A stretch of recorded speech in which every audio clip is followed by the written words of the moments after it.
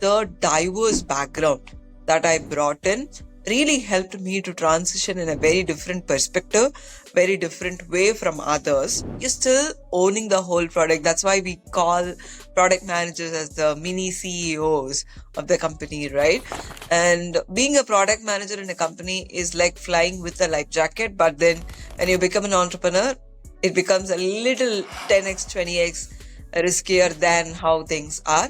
As a product manager, you need a bunch of skills. Some are hard skills, some are soft skills. All those skills have definitely helped me. There's no one skill that was not helpful in Yeah. entrepreneurship. Hello, everyone. Welcome to the channel. My name is Sugat, and I'm a product manager at Meta.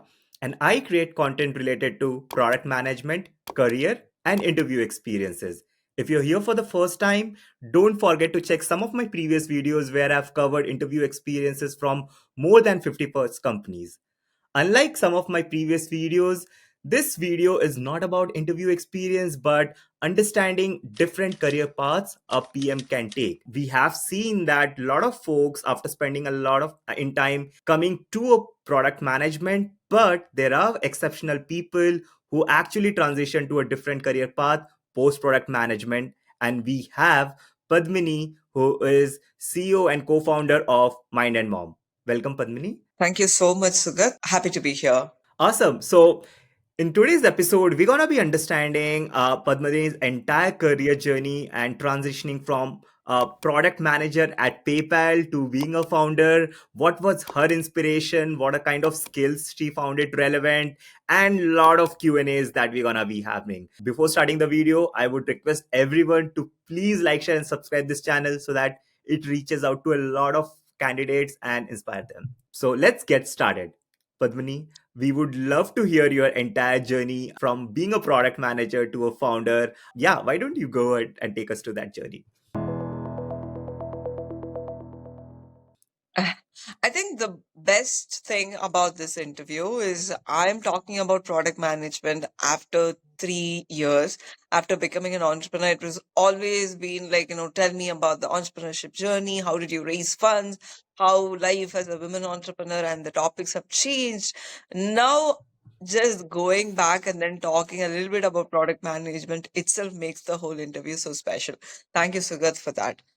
So here, my Welcome. whole journey of becoming an entrepreneur from a UX designer uh, was very, very, very interesting because I was working at PayPal I started my career as a designer.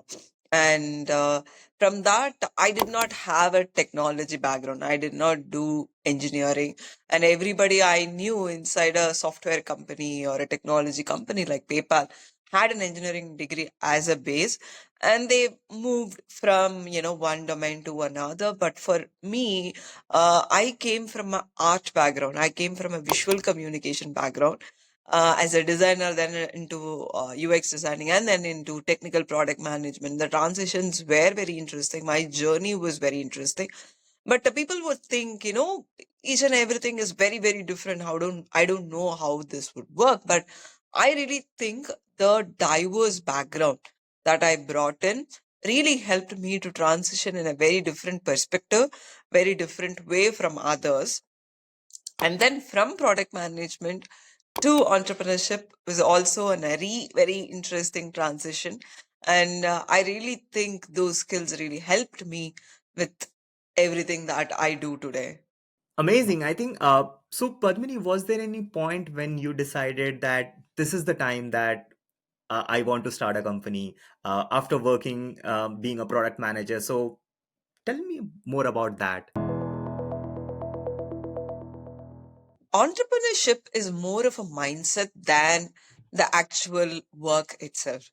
As a product manager, also, you think like an entrepreneur. Even if you're working for a single button or a single page or just a payment page or just a transition page, whatever it could be, you're still owning the whole product. That's why we call product managers as the mini CEOs of the company, right? So the mindset of entrepreneurship starts when you start product management itself. And then once you start thinking as like an owner, like you need to take all right decision, then it's a very, very natural transition into entrepreneurship. And that's exactly why you see a lot of product managers become an entrepreneur. Awesome. Would you also share a bit about what is Mind and Mom? I think I'm pretty sure our audience would love to hear about that as well. Mind and Mom is a 3-year-old company which is focusing on women health, where we give a safe and a trustworthy space for women in their journey of fertility, pregnancy, and everything around women health in a very non-judgy environment. Amazing, amazing. That also wonders me, right? When we are in this product domain, product management, right? Domain plays a very important role. So, based what I heard that you have been into the fraud and risk domain in PayPal, and Mine and Mom is completely into healthcare. How did you even, have that transition, and how did you learn about that space? And any tips on that? I think this domain knowledge is overhyped to product managers to an extent where when I start something with something, I'm going to be sticking with that domain forever, right? Even as a product manager, that's how I had a look. Okay, I have a 10 years of Hmm. experience with payments. I'm going to do this till my retirement and then die. But that's not the point, because look at our life. And of course, we do make payments. We go to hospitals, we get into healthcare conversations at home, we eat, we buy stuff. This is all our domain, and it's nothing very different. And to me, that learning, curve of picking a domain and then learning from scratch really, really excites me. So for me, I really wanted to do something that's more close to my heart. And women health is an obvious thing, because me being Yeah. a woman, I need to talk about a lot of things women are going through and build a product. But of course, my knowledge from disputes, fraud, AI, technology, building with engineers, building with stakeholders, of course, did help me. And of course, even if it's going to be a healthcare, that's like 15-20% percentage is payments, and how do you make the payment much more easier is also a question. Right now, Mind and Mom is a virtual and in-person smart clinics for women, and where all my domain knowledge and all my product management knowledge also comes into picture, along with me building it from scratch, along with me building this in person right there with the right people. Amazing. So, what are those some relevant skills do you think would be applicable from a product manager that you utilize in your day as a CEO? So good. I think as a product manager, you need a bunch of skills. Some are hard skills, some are Yeah, soft skills. It could be negotiation skills. It could be, having correct. a conversation, first of all, very basic, and then technology, technical skills, and so many to go with, right? Like stakeholder management, business management. All those skills have definitely helped me. There's no one skill that was not helpful in Yeah. entrepreneurship, right? And also, one thing that I had to learn newly after becoming an entrepreneur that I did not have during product management is, when you are a product manager in a company like PayPal or Meta for that matter, everything is like right there. You are like working with the best of best engineers, you're working with best of best teams. Hmm. Um, People understand, people are logical. But in real life, if you're building it with a very small budget, right now, Mine and Mom is a funded company, but of course, we started as a bootstrapped company where there are constraints everywhere. You cannot hire the best of best engineers, you cannot have the best of best teams, True. and everything is like, you have to figure out a hack in getting the best thing and still make it work, and you are the sole responsible. And being a product manager in a company is like flying with a life jacket, but then when you become an entrepreneur, it becomes a little 10x 20x riskier Yeah. than how things are. So those are some skills I had to develop after coming out, but those are primary skills that brought me to what I am today. I think very well said. I can truly relate to this. we often don't talk about and always take this for granted that we have the best engineering team and resources and we can get that done. But when you're on the field, working in a startup, you have to get the things done, and that's skills no one will teach you, and you will eventually get it when you do those things. So kudos, definitely, Padmini. Do you think being a product manager actually helped you or leverage some of those skills to being an entrepreneur? If not a PM, would you have still gone and taken that path, or the challenges you would have faced? I think it's a beautiful question. See, I think the entrepreneur mindset, I've had it even before becoming a product manager. In fact, that mindset made me take product management, though I had no skills of becoming a product manager. I teach people about product management. That's what I say.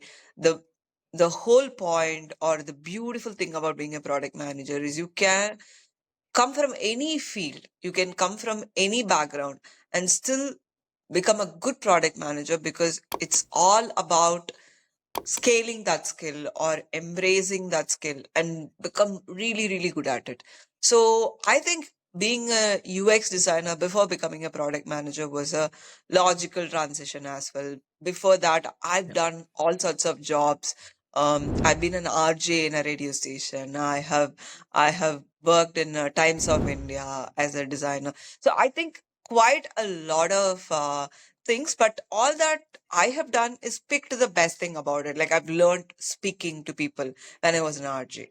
And when I was working in the newspaper, different types of people, I met different types of people, in general, that we would not meet. And becoming a designer in a company like Cognizant, where it's a service based, it's a different type of work. It's Yes. client giving you work, and at PayPal is just one person, and then you work for them forever, and nothing changes much until unless there is a branding guidelines. It's the same colors, same kind of text. All that you have to keep thinking about is, how do I make it any different with only these 4 5 resources that I have, because I cannot go beyond that. So Yes. all those things have really, helped me. But if you ask me, if you were not a product manager, would you still become an entrepreneur? I would have become a different kind of an entrepreneur. But I think this transition from PM to entrepreneur is much more colorful, much more helpful, and I like it. Amazing. I'm very curious to also learn about, at Mind and Mom, what are some of the product decisions are being taken, and how do you manage the entire product management craft at Mind and Mom? If you can share some light, some examples, that would be of great. I am the first product manager at Mind and Mom, obviously. I remember giving instructions and requirements from the very basic angle, and then I see them code. I've seen things from there.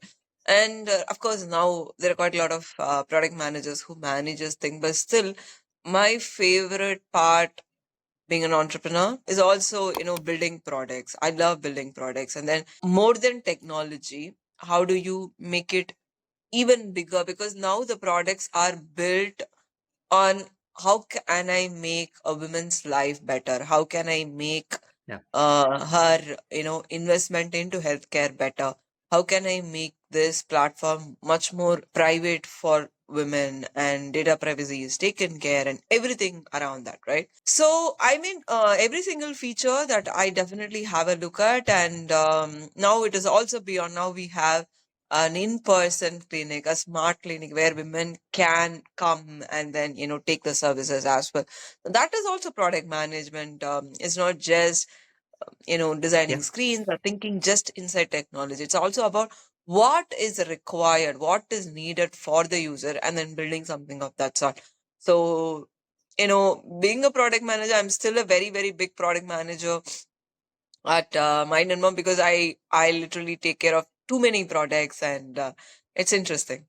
So I have another parallel question to this. And in product management, we always talk about the return on investment of any feature or product that we are building, right? Being an entrepreneur now and a product manager, how do you actually evaluate those scenarios at your company right now? I mean, that's a very important question. Even if we build it now, Yep. even if that's going to be a good to have feature, what is the return on investment is the question. Sometimes it's money, sometimes it's just a feel good a feature for the user. Sometimes it's a um, must have, but not many people are using it.